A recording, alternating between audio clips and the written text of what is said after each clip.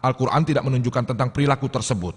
Apabila Dr. William tidak dapat memahami Al-Quran, maka tidak lantas berarti Al-Quran salah. Al-Quran menyebutkan, mereka hidup dalam komunitas, membahas mengenai binatang dan burung yang hidup berkelompok dalam komunitas. Halnya manusia, ayat tersebut tidak membahas perilaku.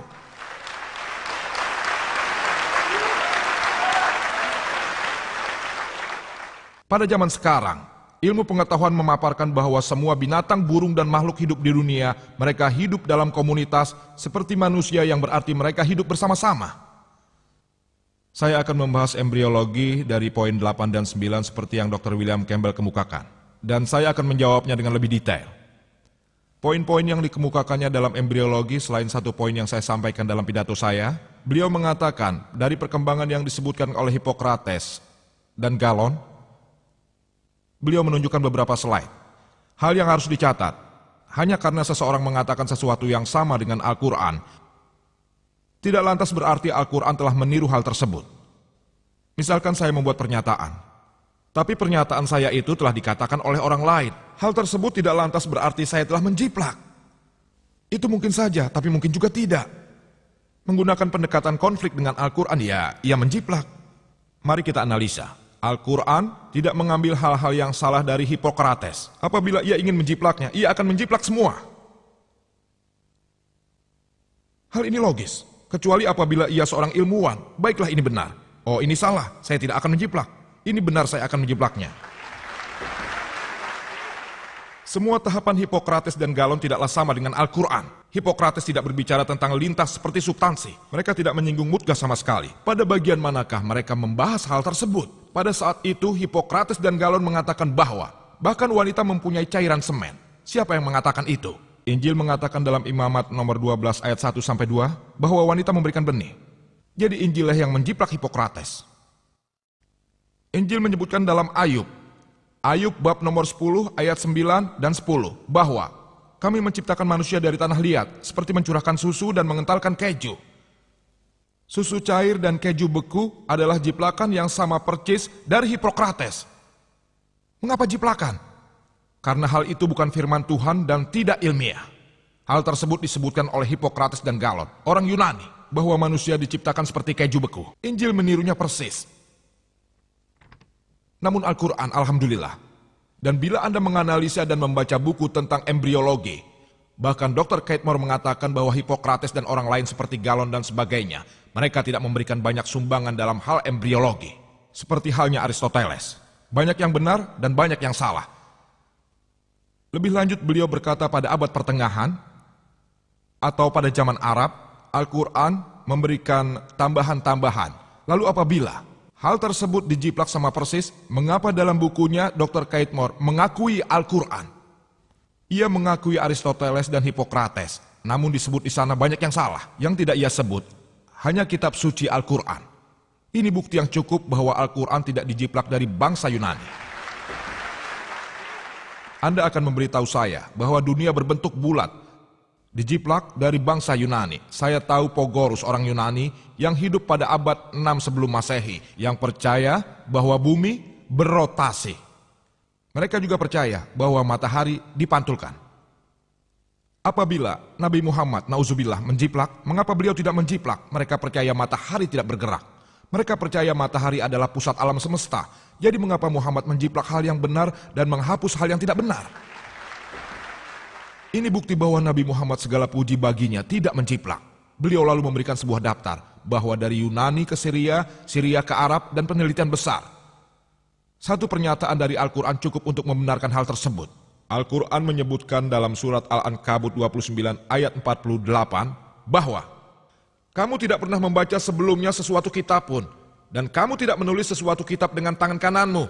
Andaikan pernah, benar-benar ragulah orang yang mengingkarimu. Nabi Muhammad adalah ummi. Beliau tidak dapat menulis dan membaca.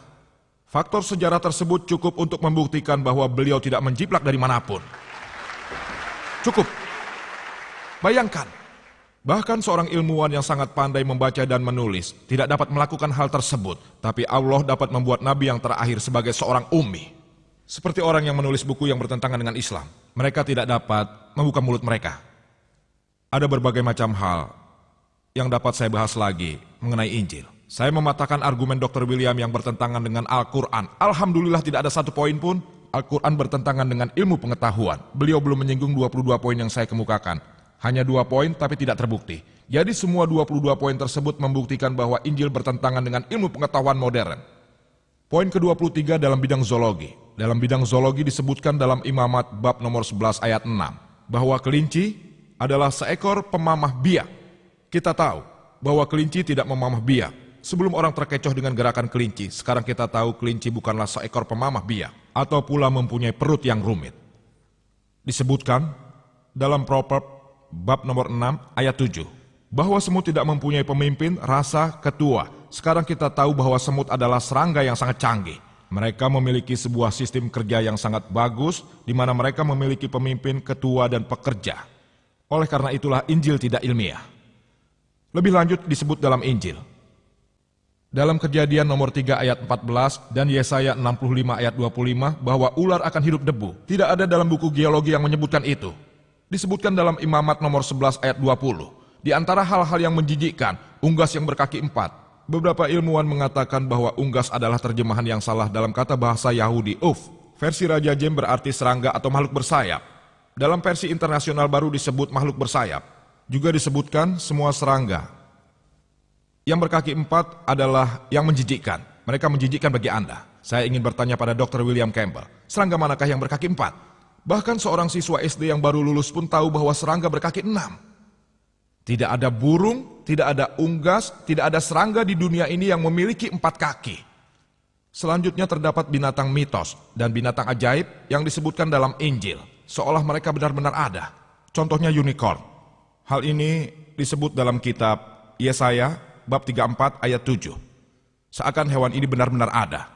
Tapi di dalam kamus, hewan ini digambarkan sebagai hewan dengan tubuh kuda dan juga bertanduk, yang merupakan sebuah mitos. Waktu saya habis, saya ingin menyampaikan permintaan maaf bila telah melukai perasaan orang Kristen. Itu bukan maksud saya. Ini hanya tanggapan terhadap buku Dr. William Campbell untuk membuktikan bahwa Al-Quran tidak bertentangan dengan ilmu pengetahuan. Dan Injil meskipun ada bagian yang kita perhatikan mungkin merupakan firman Tuhan, lengkapnya bukan firman Tuhan. Saya ingin mengakhiri pidato saya dengan kutipan dari Al-Quran yang agung dalam surat Al-Isra 17 ayat 81. Wakul jal haku wajah hakol batil. Innal batila kana zahuko. Katakanlah yang benar telah datang dan yang batil telah lenyap. Sesungguhnya yang batil sesuatu yang pasti lenyap. Wa aklu dawana anil hamdulillahi rabbil alamin.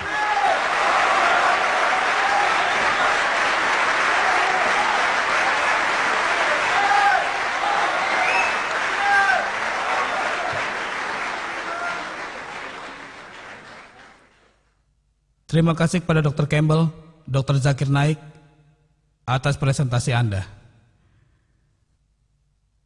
Demikian juga atas tanggapannya. Akhirnya kami akan menyelenggarakan sesi partisipasi hadirin, yaitu sesi tanya jawab. Untuk memaksimalkan manfaat dalam waktu yang terbatas yang kita miliki, kira-kira 60 menit, kami menginginkan peraturan berikut ini dapat ditaati oleh para hadirin.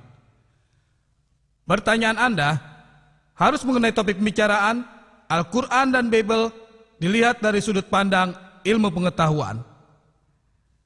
Pertanyaan yang di luar topik tersebut tidak akan ditanggapi. Harap ajukan pertanyaan Anda dengan jelas dan tidak berbelit-belit. Ini bukan saatnya untuk memberikan kuliah. Demikian pula untuk pertanyaan bantahan bagi para penanya. Dr. William Campbell dan Dr. Zakir Naik harus menjawab pertanyaan tersebut dengan jelas dan tiap jawaban tidak boleh lebih dari 5 menit. 4 mikrofon telah disediakan di auditorium untuk pertanyaan yang diajukan. 2 mikrofon yang di samping panggung untuk pria dan 2 mikrofon di bagian belakang, lorong yang di tengah untuk hadirin wanita. Bagi mereka yang ingin mengajukan pertanyaan kepada Dr. William Campbell, harap mengantri di belakang mikrofon di sebelah kiri saya. Hadirin pria di bagian depan, wanita di belakang. Dan bagi mereka yang ingin mengajukan pertanyaan kepada Dr. Zakir Naik, harap mengantri di belakang mikrofon di sebelah kanan saya. Hadirin pria di bagian depan, wanita di bagian belakang. Saya harap hadirin yang berada di balkon memaklumi kami. Kami senang ini adalah seminar yang dipenuhi para hadirin. Namun kami meminta kepada Anda yang ada di balkon dipersilahkan turun untuk memberikan pertanyaan